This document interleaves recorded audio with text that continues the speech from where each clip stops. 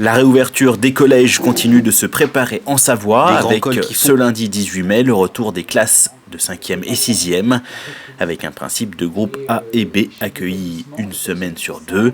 Une réouverture au cœur de ce temps de présentation organisé au collège Le Revard de Grésy-sur-Aix par le département de la Savoie en présence du directeur académique. Nous allons scolariser un peu plus de 40% de nos élèves de 6e et de 5e et ça va représenter 3700 élèves au total.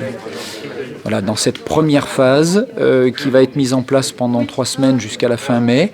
Et ensuite, nous espérons pouvoir non seulement accueillir un peu plus d'élèves de 6e, 5e, quand les familles seront rassurées sur la qualité du travail réalisé, et puis accueillir les élèves de 4e et 3e qui ont aussi besoin d'accompagnement, même si, étant un peu plus âgés, ils se sont mieux sortis de l'accompagnement à distance. Pour se préparer au mieux, l'équipe du collège Le Revard organisait au même moment un exercice de simulation des protocoles sanitaires de cette journée de rentrée un peu particulière. On fait une répétition de salle de classe. C'est-à-dire que là, on a des enseignants et on répète en fait la prise en charge de la salle de classe. On regarde un petit peu les espaces si on est bien distancié. On a un élève représentant au CA, Mathieu, qui est là, qui du coup participe avec nous à cet exercice en fait en conditions réelles pour se préparer à lundi.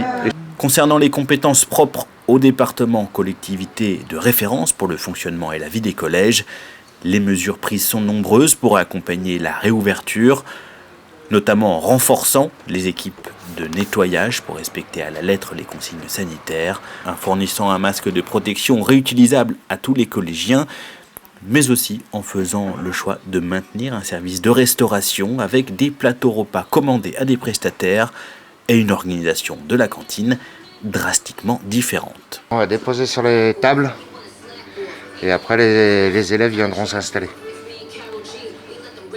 Pour le débarrassage, c'est eux qui vont s'en occuper, on mettra des poubelles à disposition. Et avant de faire rentrer une nouvelle classe, une nouvelle série de 35, on fera une désinfection des tables et des chaises.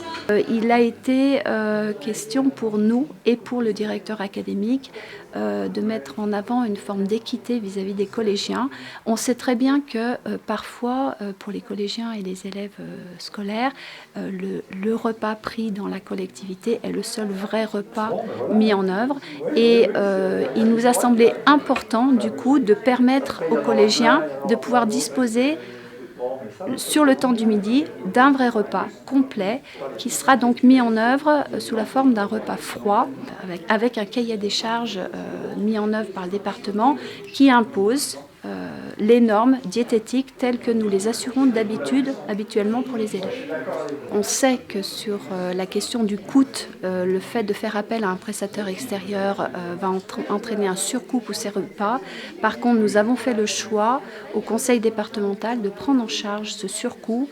Il n'est pas question qu'il y ait un surcoût pour les familles. Donc actuellement, elles payent 3,20 €. Elles participent à hauteur de l'organisation du repas pour 3,20 € par repas et il n'y aura aucune augmentation de ce prix du repas pendant la période à venir.